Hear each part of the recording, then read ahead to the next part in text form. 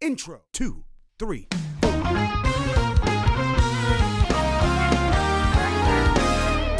Verse, 2, 3, 4. I don't know how I made it here. I know it was by the grace of God. I don't know how I made it here. Repeat, I know it was by the grace of God. I don't know how I made it here. I know it was by the grace of God. I don't know how I made it here. It chorus, was by the grace of God. Made it by the grace of God. What's going on with you guys? You know who it is. It's your boy John Mike back again with another video talking about how to sync your lyrics and your lights and all your production elements to your tracks and stuff like that. Yesterday, I did a video using my MacBook showing how you can use any DAW, any digital audio software, any audio software, pretty much like Studio One, Logic, all of those little softwares like that to control your production elements. People have been probably telling me, I know for years, I've told tons of people that you have to have Ableton when it comes to syncing all of these production elements and things in a live situation. I thought that was the only way, or one of the only softwares outside of a couple others, Digital Performer, all that kind of stuff like that, that you could do it. But I thought Ableton was the main thing.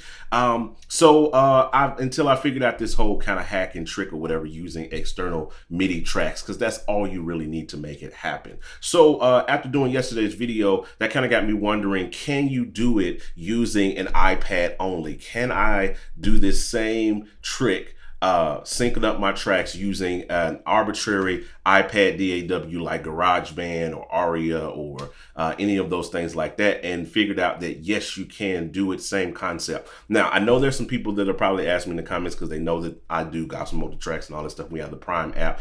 We are working to try to figure out how to get this, functionality into our app, and hopefully that'll be sometime soon, but I can't make any promises on when that'll happen. So I know some people will ask about that, so I have to add that disclaimer in there. But in the meantime, I wanted to show just this whole method of how to do it. So we're gonna jump into it. Okay, so you're gonna need a few things to make this happen. So of course you're gonna need a Mac. This is only going to work with a Mac, so I'm sorry. PC users, I don't have anything for you. This tutorial is not for you. I haven't figured out how to do this on PC, and I don't have any PCs to check on how to make this happen with.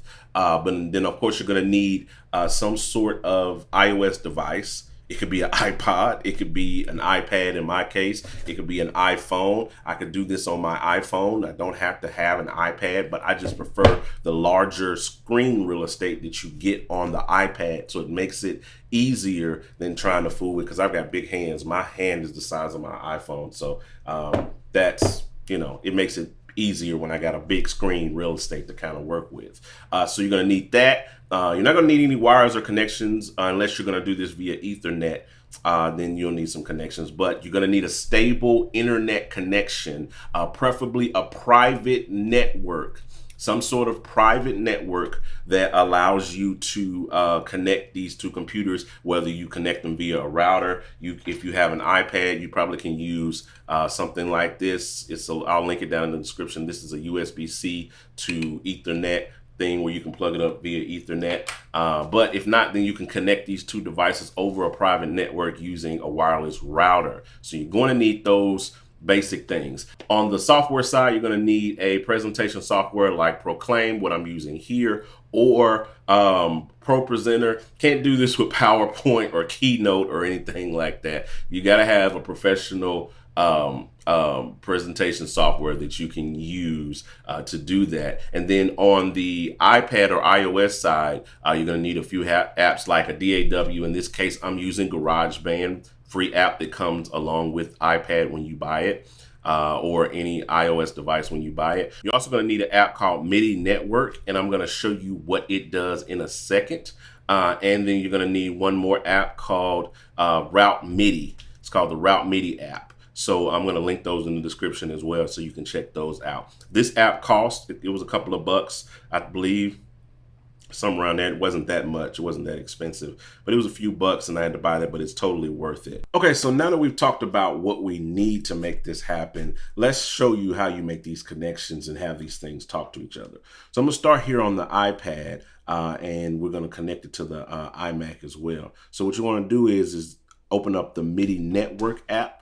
And it's a very simple app, free app, but you absolutely need this to make this work. And as you can see, it's found both of my computers on the network, but the one we're concerned about it connected to is my iMac. So I just tap it and hit connect, just that easy. And I'm connected. Now here on the iMac, you'll see that I have it connected in my network session. Now I won't go into detail into, too much detail, but it's basically inside of your audio MIDI setup. I want you guys to check out the video that I did yesterday, because I went into way more detail as to how to set up the network MIDI on your iMac. So check that video out, because I just don't want to rehash that same information that I've already, kind of put out there. That way this video isn't as long. But this is setting up your network MIDI setup inside of that or what have you. All right, so here inside of Proclaim, what you're going to want to do is go to your MIDI input settings, and you could do this in ProPresenter. You don't have to use Proclaim. In ProPresenter, you get the MIDI modules, an extra upgrade fee that you pay, and it allows you to do this exact same thing. Proclaim just puts everything all out in the program. You don't have to do any upgrades or anything like that, just to get MIDI control. But once you've got that going, you can see that I've added some commands in, and that can be done just by hitting this add command and going to here, select command, and you can add a myriad of different options here inside of it. Again, I talk about it more in detail in my previous video. Go check that one out. So you can see that I've set up all my notes. So I just need to kind of, visually kind of, remember which notes I've set up to control which slides and all of those different things like that. So now that I've done that, all I got to do now is go over here to GarageBand, and this is where the Route MIDI app kind of comes in. Now to add that in, this is going to be in any software. I know there's Cubase's, there's Aria, there's tons of DAWs on iPad that you can use this in, but I'm using GarageBand just for simplicity's sake. It comes with iPad, it comes with iPhone. Everybody can get GarageBand. It doesn't cost anything. It's the built-in. It's basically the built-in app, that you can create music on iOS. So you're gonna go in here and you're gonna look for external and tap that, and then you'll see Route MIDI under there. You hit that, and it will pull it up in the arrangement here, as you can see. From there, it's just a matter of just adding a MIDI region to the sections where you want it to change the slides. It's just that simple. So now we'll look at where we want this first slide to come in, which, by knowing, I know it's about right here. It's at measure 5. So here at measure 5, what I'll do is double tap and hit edit, and it pulls up my piano roll. Now I can go down here and I can just add in a MIDI note right here by holding down this little thing and add in a MIDI note right there at C# -1, because I know that's the note that I set up for slide 1. And then we'll just hit done, come out of there. And then we'll look for where the next slide is going to come in, which should be somewhere around here. Right? So right there at 20. So we'll double tap, edit, do the same thing, and you kind of figure it out from this point if you're pretty astute. And I'm going to bring it in actually like a little bit before, and I'll probably go back and adjust the other one, but we'll bring it in right there. That's where D comes in. That's where I use D-2 for that particular situation. And then, it goes back to that verse again, somewhere around here. So right there, double tap, edit. And you can literally do this in probably about 5 or 10 minutes, depending on how long the song is, if that. and we'll add in the previous one right there. And just like that, I've set up a few MIDI cues to be controlled, as we go through, and they're synced up. So now let's go into preview mode here on the iMac, and let's see what happens. Intro 2, 3.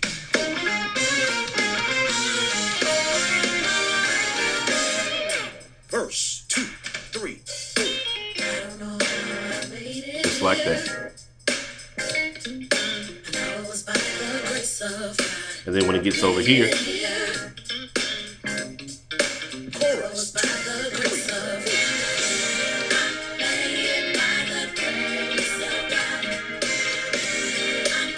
let's watch what happens when it goes back to the top, because now it's going to go back to the previous slide.